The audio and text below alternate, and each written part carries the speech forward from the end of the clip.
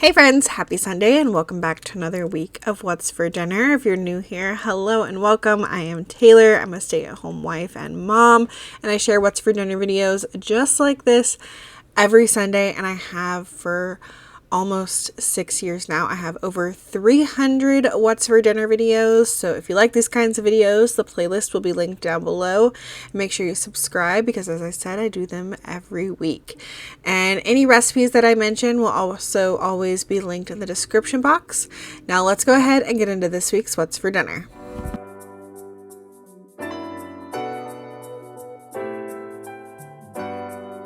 First up Friday night was a crock pot meal, and this is a slow cooker steak and potato soup. This is one of my family's favorite soups. My husband Andy actually said it is his favorite soup that I make at all. It's very good, and the recipe comes from plain chicken, so it will be linked down below. I'm starting off here with just over a pound of stew meat, and stew meat comes in pretty big chunks, but you want these to be bite-sized pieces. So I am just taking my kitchen shears and cutting each piece in half, or even more than in half if you need to, if they're bigger pieces, just because you do really want it to be bite-sized. I made it one time without cutting up the stew meat, and they were huge chunks. I mean, they kind of broke apart easily because the meat was tender, but it's best to go ahead and cut them into bite-sized pieces beforehand. And then you want to add in 1/4 cup of chopped onion, 3 cups of cubed yellow potatoes. Sometimes I will do the baby yellow potatoes, but this time I did do the big ones. And I do adapt this recipe a little bit. I add in 4 large carrots that I peeled and sliced. And then I do 4 cups of beef broth, or I do beef bouillon and water. And then the original recipe calls for 8 ounces of steak sauce, like A1, but I use the Aldi brand. But a bottle of steak sauce is 10 ounces. So I just go ahead and use the whole bottle. That way I don't have just a tiny bit left in a bottle. So yeah, just add the whole thing in, and then a tablespoon of chili powder, a teaspoon of ground cumin, half a teaspoon of cayenne pepper, and then at the end you can add in some dried parsley. And then you can just put a lid on this and cook it on low for 8 to 10 hours. After the cook time, there's really nothing else left to do. Of course, make sure your potatoes and carrots are done. You could top it with some parsley. And then we always like to serve this with some crusty bread on the side, sometimes homemade.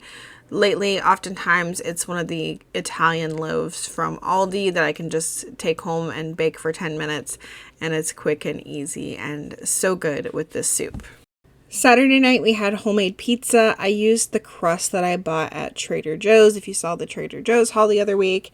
And anytime I make pizza with these refrigerated doughs, my number one tip is always to take your dough out 20 to 30 minutes before you want to stretch it out, because it's much easier to work with, not cold straight from the fridge. Let it come up to room temperature a little bit, and then it stretches easier. And then number 2 is make sure you're cooking it on high enough heat. Usually I do between 400 and 450. And number 3, make sure you par bake the crust if you don't want your pizza to be floppy. If you want your crust to get crispy, bake it without any toppings on it for 4 to 5 minutes, and then add your toppings on and bake for another 5 to 10 minutes. And those are all of my tips for baking pizza, even with homemade dough. Yeah, and then you'll get nice, good, crispy crust, but still fluffy and really good. And to go with that, we had salad for those of us that like salad. And of course, Lily doesn't like lettuce, so she just had some fresh veggies on the side. Sunday was another easy peasy meal using stuff that I got at Trader Joe's. I am using the Trader Joe's Mandarin orange chicken. I like to cook it in the air fryer and then toss it in that Mandarin orange sauce that it comes with. And then I served this over some fried rice that I made. I make this homemade. It's super easy. Everybody always recommends the frozen one from Trader Joe's, but I just find that mine comes together so quickly that I don't even have a need to try the frozen one, so I just haven't. But me making the fried rice will be in a video listed down below if you haven't seen that before. As I said, it's easy. And then for the Mandarin orange chicken, I actually made 1.5 bags. I bought 2 bags in the Trader Joe's haul, and I talked about how 1 bag will feed my family perfectly 2 bags will have leftovers, but usually it's leftovers for more than one person. I ended up realizing I had 1 bag still in my freezer, so I had 3 bags. So I decided to make 1.5 bags, and then it's like just enough for my family for dinner, and then enough for Andy to take to lunch the next day for work. And now I have 1.5 bags left in my freezer to do that again in the future. And it's like Trader Joe's knows that people might do this or even only eat like half the bag at a time, because the sauce that comes in it comes in 2 separate packages. So it makes it really easy to make only half the bag, because you can just use one of the sauce packets from half the bag. Monday night we had a meatloaf, and it's funny because a week or 2 ago one of y'all actually asked me if I ever make meatloaf, and then Lily requested it for dinner, and she didn't know that one of y'all had said that. So I just thought that was really funny. But this is our favorite recipe for meatloaf. If you've been here for a long time, you know that this comes from my Better Homes and Gardens cookbook. My dad gave it to me when I was 17. This was one of the first recipes that I made out of it, and he had never liked meatloaf before, but he loved this one. So this is the only meatloaf recipe I make. I'm not willing to try any other one. This is our meatloaf recipe. So in a big bowl, I am combining 2 eggs, 3/4 of a cup of milk, 2/3 of a cup of breadcrumbs, and usually I use Italian breadcrumbs because that's what I have on hand. And then you could add in onion. I usually leave it out, but then I usually add in like some dried minced onion or onion powder in its place. And then I do some dried parsley, salt, basil, pepper, and I mix all that together. And then once that's all combined, then I'm going to go in with my ground beef. You got to go in with your hands, take off your rings, and just get in there. I don't like really squeeze it together. I just kind of like fold it together until it's all combined. And then you're going to want to pat this into a loaf pan and bake it on 350. And I usually do that for about 55 minutes to an hour. And then while that was baking, I mixed together the ketchup mixture, which I forgot to show on camera. But you just do a 1/4 cup of ketchup, 2 tablespoons of brown mustard, and a teaspoon of dry mustard. But we like a lot of ketchup, so I usually double that recipe. And then once the meatloaf is done, you can pat off any excess grease. I just use a paper towel to do that, and then brush on that ketchup mixture and then put it back in the oven for another 5 to 10 minutes. And then to go with this, I just made a can of green beans and some Instant Pot mashed potatoes. As I mentioned, this is our favorite meatloaf recipe. Everybody in my house loves it, and it was the only meatloaf recipe that my dad said he ever liked. Tuesday night, we all ended up just eating whatever we wanted. I let the kids pick like whatever they wanted to make or whatever they wanted to eat, and they picked pizza quesadillas. So you just take a tortilla, put it on a buttered pan, spread on some marinara sauce, some mozzarella cheese, and some pepperonis, fold it up. They love these, and they had them with some fresh veggies on the side. This was not part of the plan. I had pulled out some pork and then put it in the fridge and decided I didn't want to make that for dinner this night, because we literally spent like all day outside.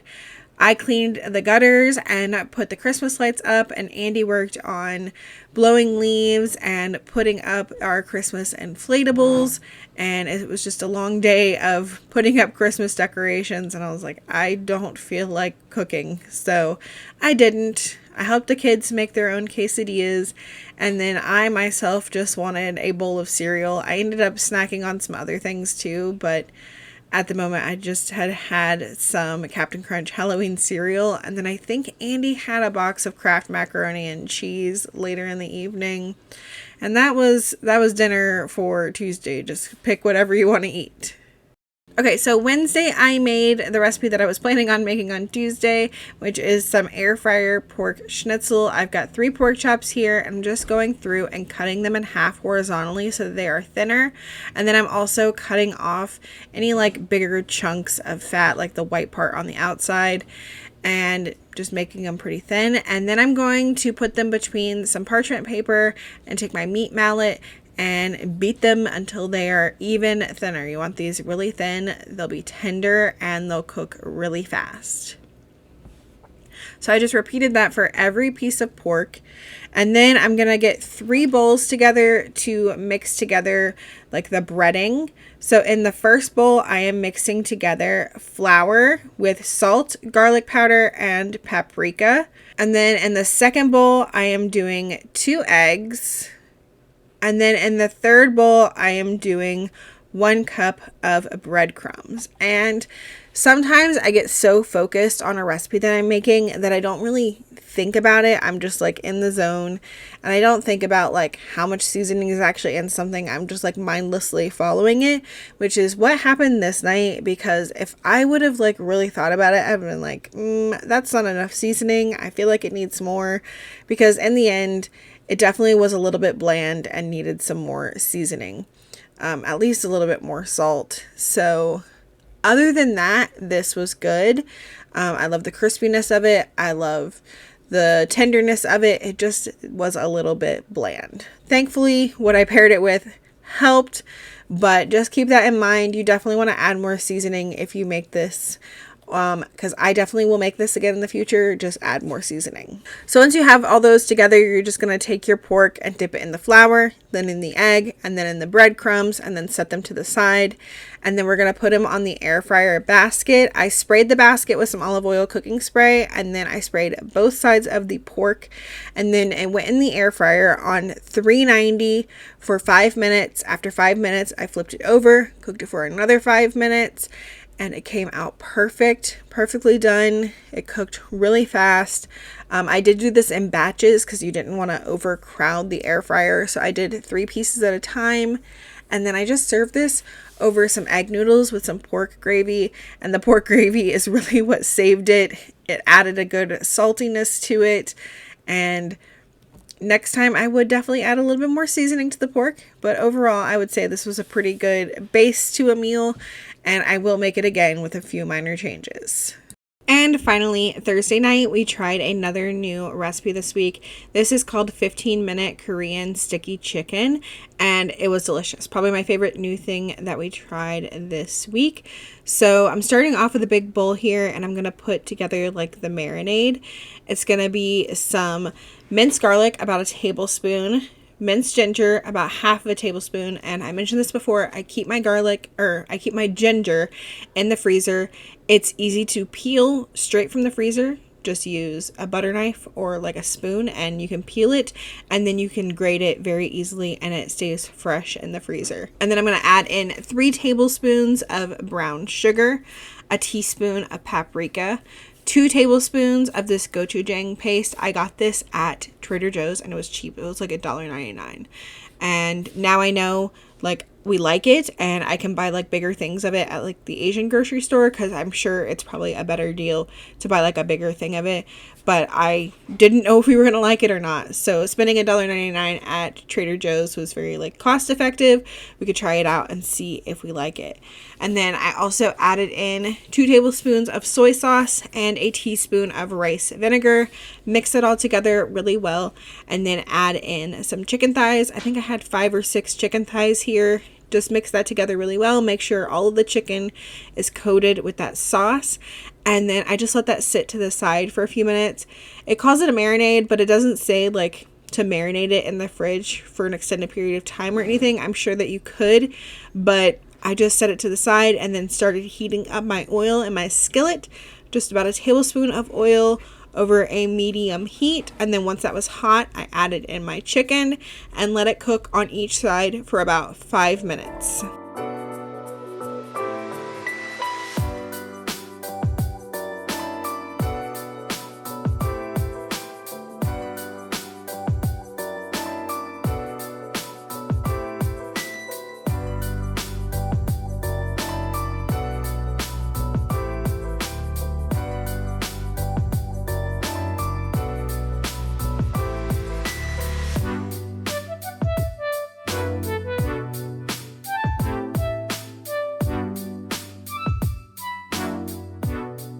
To go with this, I just made some broccoli in the air fryer.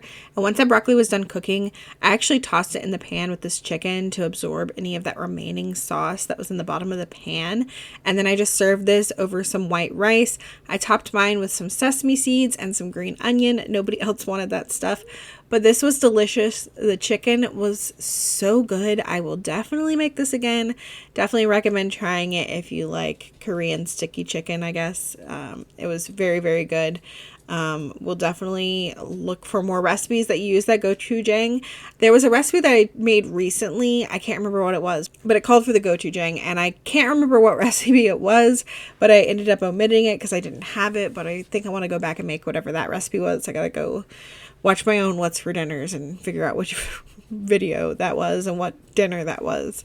But that is going to be it for this week's What's for Dinner. I hope that y'all got some good ideas. Let me know if you plan on trying any of these recipes in the comments down below. And make sure you leave me a smiley face emoji in the comments down below as well. I hope y'all have a great rest of your weekend. I will see y'all on Tuesday for a grocery haul. And that'll be it for this week because it's Thanksgiving week. So if you're here in America, I hope you have a happy Thanksgiving. Spend some time with your family, and I will see y'all in the next one. Bye.